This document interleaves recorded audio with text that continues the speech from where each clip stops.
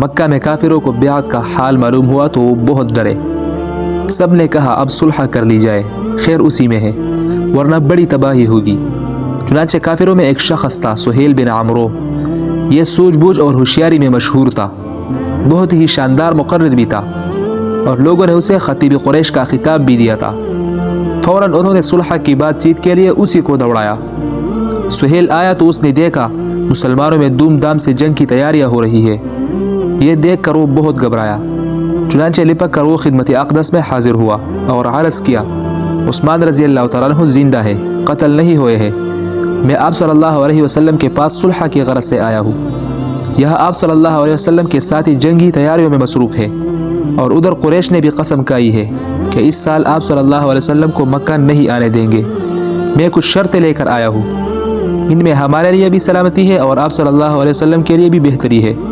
اگر آپ صلی اللہ علیہ وسلم انہیں مان لے تو ایک خوفناک جنگ ٹل جائے گی، اور اسی طرح نہ جانے کتنی جانیں بچ جائے گی، پھر اتنی بڑی نیکنامی کا صحرا بھی آپ صلی اللہ علیہ وسلم کے سر بن جائے گا۔ رسول خدا صلی اللہ علیہ وسلم بولے، کیا کیا شرطیں ہیں؟ سہیل نے کہا، اس سال آپ صلی اللہ علیہ وسلم طواف کیے بغیر لوٹ جائے، پھر اگلے سال آئے اور صرف 3 دن رہ کر چلے جائے، اس کے علاوہ تلوار کے سوا کوئی ہتھیار ساتھ نہ ہو، اور تلواریں بھی نیام میں ہو۔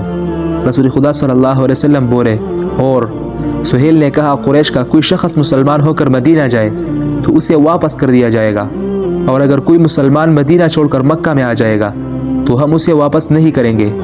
یہ سن کر آپ صلی اللہ علیہ وسلم نے آنکھیں بند کر لی اور کچھ دیر بالکل خاموش رہے کہ وحی کے وقت آپ صلی اللہ علیہ وسلم کی یہی حالت ہوتی تھی۔ ادھر مسلمان اس ظالمانہ شرط پر غصے سے کھول رہے تھے، لیکن وہ ضبط کیے رہے۔ پھر آپ صلی اللہ علیہ وسلم نے آنکھیں کھولی اور فرمایا، اور سہیل بولا، 10 سال تک صلح رہے گی، ہر ایک کو امن حاصل ہوگا اور کوئی کسی سے چھیڑ چھاڑ نہیں کرے گا۔ رسول خدا صلی اللہ علیہ وسلم نے فرمایا، اور سہیل بولا، عرب کا جو قبیلہ جس فریق کے ساتھ چاہے معاہدے میں شریک ہو جائے، یہ ہے قریش کی شرطیں۔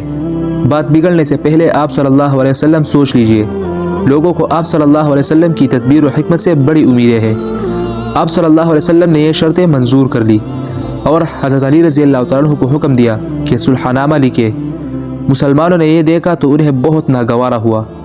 حضرت عمر رضی اللہ تعالیٰ عنہ پر سب سے زیادہ اثر ہوا، چنانچہ وہ اٹھ کر آپ صلی اللہ علیہ وسلم کے پاس آئے اور عرض کیا کہ آپ صلی اللہ علیہ وسلم خدا کے رسول صلی اللہ علیہ وسلم نہیں ہے؟ رسول خدا نے فرمایا، ہاں ہوں۔ عمر رضی اللہ تعالیٰ عنہ بولے، کیا ہم مسلمان نہیں ہیں؟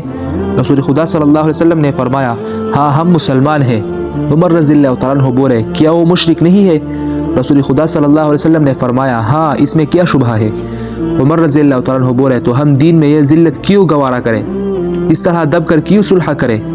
رسول خدا صلی اللہ علیہ وسلم نے فرمایا، عمر میں خدا کا رسول اور بندہ ہوں، یہ اسی کا فیصلہ ہے، وہ مجھے ہرگز ضائع نہیں کرے گا۔ یہ سن کر حضرت عمر رضی اللہ تعالیٰ عنہ کی آنکھوں میں آنسو آ گئے۔ پھر وہ اٹھ کر حضرت ابوبکر رضی اللہ تعالیٰ عنہ کے پاس آئے اور ان سے بھی یہی گفتگو کی۔ حضرت ابوبکر رضی اللہ تعالیٰ عنہ نے کہا، آپ صلی اللہ علیہ وسلم خدا کے رسول ہے، جو کچھ کرتے ہیں خدا کے حکم سے کرتے ہیں۔ اب صلح نامہ تحریر ہونے لگا۔ حضرت علی رضی اللہ تعالیٰ عنہ نے قلم اٹھایا اور لکھنا شروع کیا۔ حضور صلی اللہ علیہ وسلم نے فرمایا، لکھو بسم اللہ الرحمن الرحیم۔ سہیل نے کہا، ہم میں بسم اللہ الرحمن الرحیم لکھنے کا رواج نہیں، ہم اس سے ناواقف ہے، بسمک اللہم لکھا جائے۔ آپ صلی اللہ علیہ وسلم نے منظور فرمایا اور حضرت علی رضی اللہ تعالیٰ عنہ کو لکھنے کا حکم دیا۔ پھر آپ صلی اللہ علیہ وسلم نے فرمایا، لکھو یہ وہ شرطیں ہیں جن پر اللہ کے رسول محمد صلی اللہ علیہ وسلم نے سہیل بن عمرو سے صلح کی۔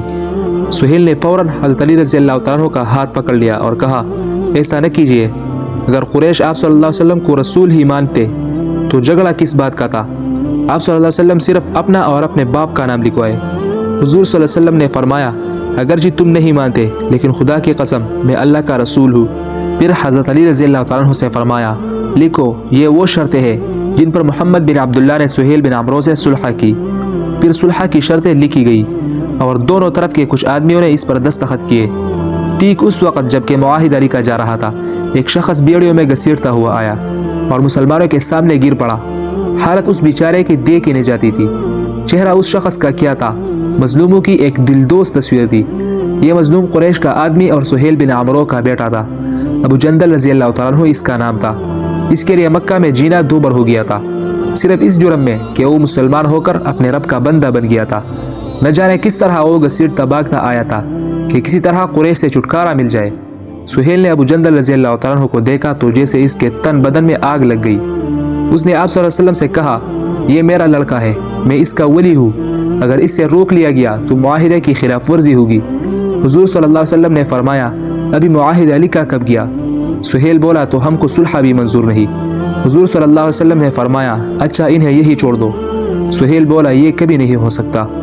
حضور صلی اللہ علیہ وسلم نے کئی بار کہا لیکن وہ تیار نہ ہوا اور اپنی ہٹ درمی پر اڑا رہا۔